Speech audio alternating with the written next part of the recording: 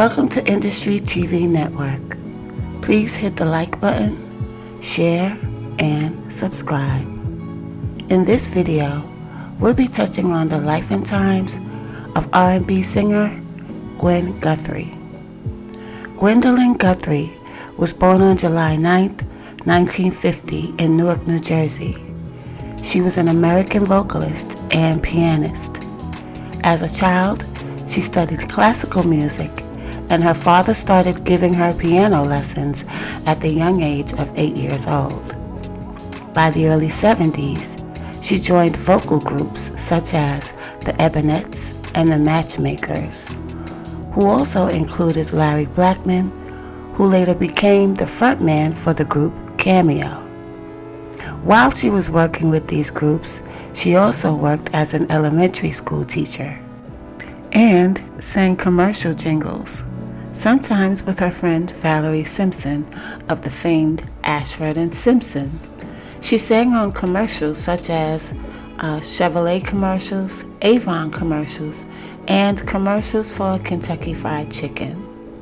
In 1974, she began recording and touring as a backing vocalist with Aretha Franklin.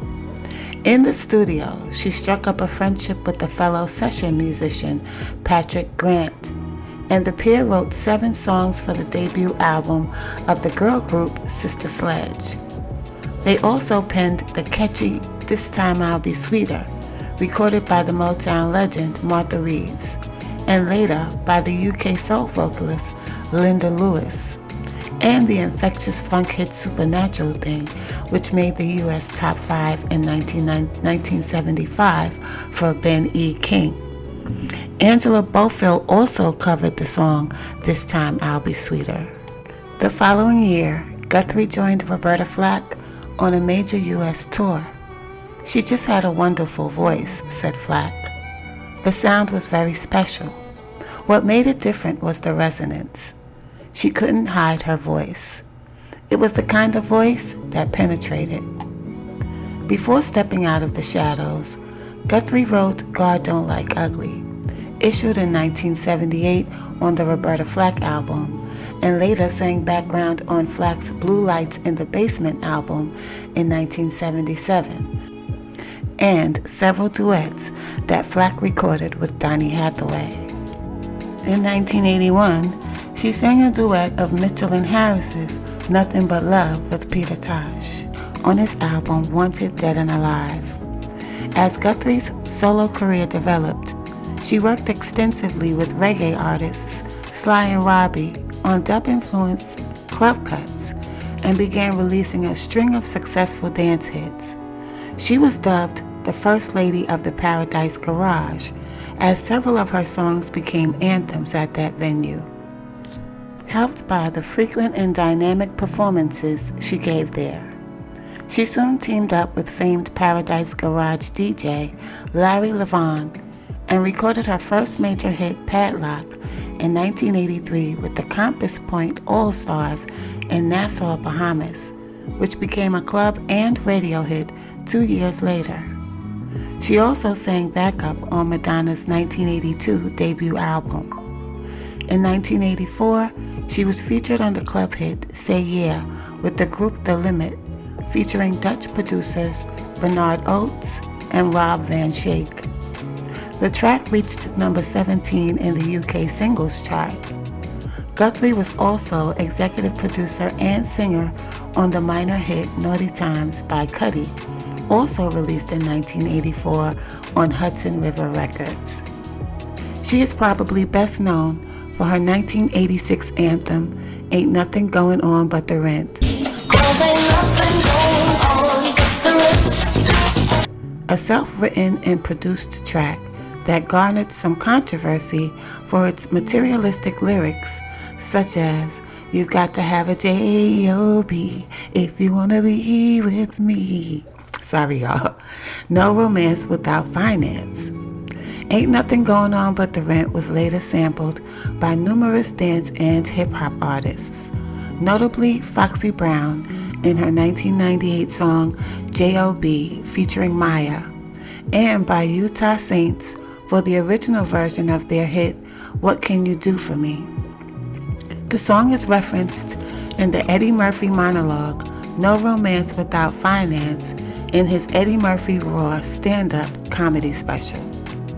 Guthrie also had a hit in 1986 with the cover of They Long to Be Close to You, which reached number 25 on the UK singles chart that same year. As Gwen Guthrie got disgruntled with the music industry, she decided to take her talents abroad. Gwen, frustrated with the music industry in her native America, opted to find a new recording home in the UK, with her single just released, an album due to follow. BNS spoke to the singer-songwriter about her music and work with her local children's theater group. The last time I spoke with Gwen was over the phone in 1990, when she was celebrating the release of her Hot Times album with those wonderful Brian Jackson productions, Sweet Bitter Love, Say It Isn't So, and Hot Time in Harlem. This time she was in London, resting briefly at the Marriott in Swiss Cottage, formerly the Holiday Inn, before commencing rehearsals for a show at Les Palais in Hammersmith.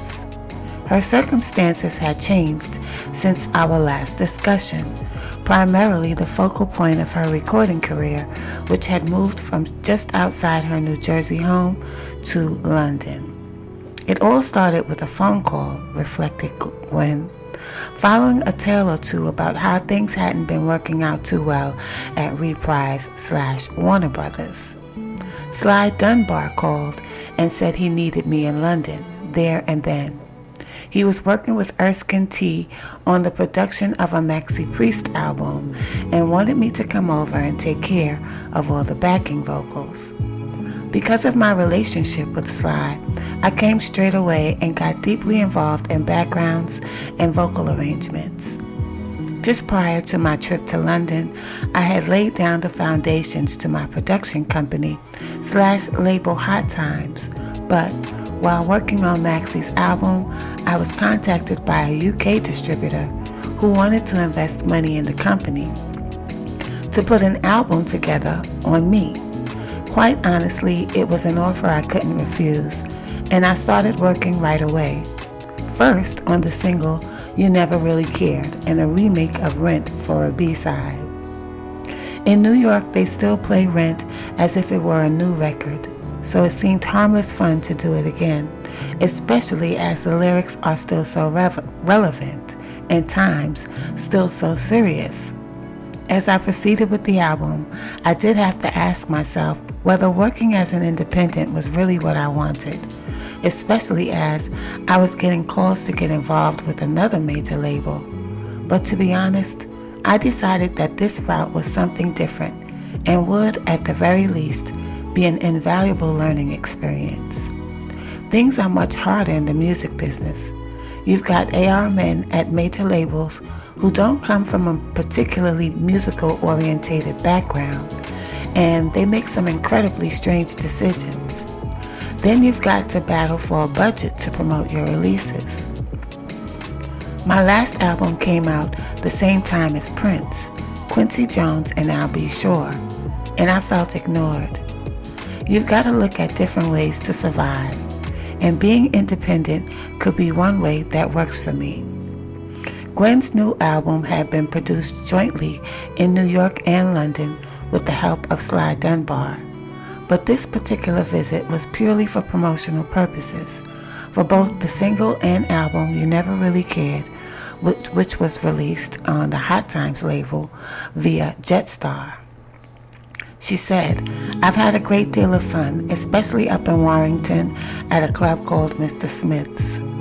I performed the record up there for DJ Kev Edwards, who teased me for a little while just before I went on. In return, on learning it was his birthday, I called him to the stage and got the audience to sing him happy birthday before opening a bottle of champagne and christening him John the Baptist, as it soaked him. Poor Kev is still recovering. Bless him."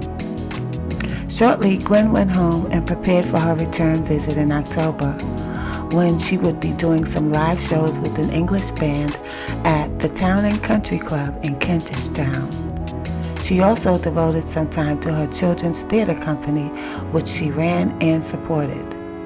I nearly lost my house over it once. It seems all the money I make I spend on the theater, something I've been involved with since I got my BA in children's education. There are so many kids with talent out there, and it's no good sitting around waiting for a grant to get programs going. I don't make money with this, but it's worth it just to see the smiles on their faces. Her 1998 single, Can't Love You Tonight, boldly addressed AIDS at a time when the disease was a taboo subject. Guthrie was an ally of the gay community and of those who were suffering from AIDS. Proceeds from the single went to the AIDS Coalition. Other club hits by Guthrie include the Compass Point All-Stars produced Seventh Heaven, Peanut Butter, and Peekaboo.